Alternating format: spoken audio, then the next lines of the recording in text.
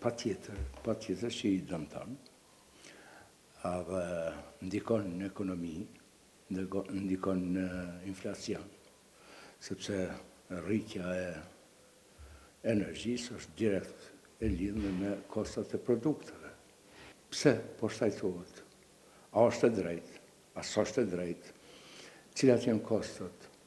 Më thonë për neve është qasja në kostot e energjisë është e pakjartë.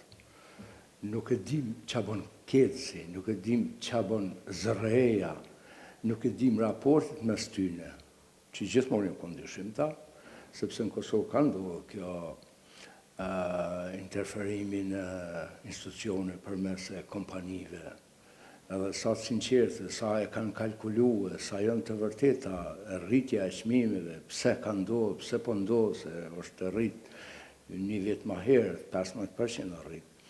Dhe me 31 mars, veç që kim pas afatin që me ndodh tash prapë propozimi për rritje, unë mendoj që qeveria duhet me ndërhy shpejt, me bo një komision auditimi edhe mu sqarue a është e vërtet, apo s'është e vërtet. Mës me vajtu, pastaj, pas ka pa qenë mashtrim.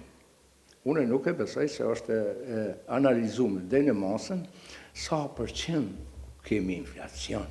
Edhe ajo pak zërreje cila ndikohet shumë pej kompanisë KEDS, nuk e dim është zërre KEDS o zërre parlamentit. Unë jam i dyshim tash sa mund me pas të vërteta prononcimet e zërrejes. Nuk është e bazuar në kalkulimet sakta, profesionale. Paralajmërimi nga ana e zërrejes për rritjen e çmimit të energjisë elektrike për konsumatorët e industrive, por edhe të tyre komerciale, sigurisht që mund të ndikoj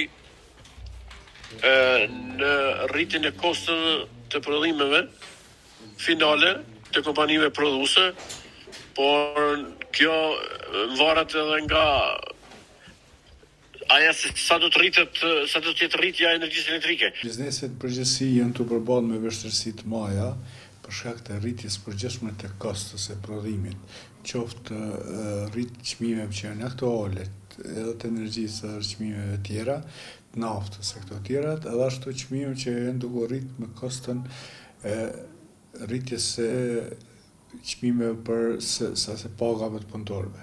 Domethënë kjo është një nga problemet që kohët fundit është shfaq shumë dhe të cilat nuk krijojnë vështirësi që dalin në kosto më të ulët në shitjes. Po flasim sidomos për bizneset prodhuese, të cilat nuk janë duke pas përkrahje të mjaftueshme nga shteti, në mënyrë që të jenë më konkurrent treg. Duke më parasysh që ne kemi bërë disa marrëveshje ndërkombëtare. Prandaj rritja e këtyre çmimeve do ta dëmtojnë shumë dy anë, biznesin edhe qytetarët, sepse do të marrin çmim shumë të shtrenjtë, qoftë bukës apo produkteve tjera, sepse do të rriten çmimet e prodhimit.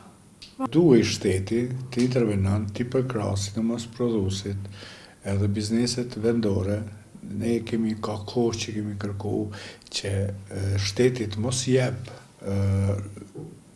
pare, për shembull pensionerave apo pare për fëmijë, po t'ju jep bono që me pas mundësi qytetari me ble produkte vendore me kod, në mënyrë që të ketë mbështetjen këtë mënyrë siç e bojë çdo vend, sepse ato janë pare që janë duke shku në produkte, blerjen e produkteve të huaja.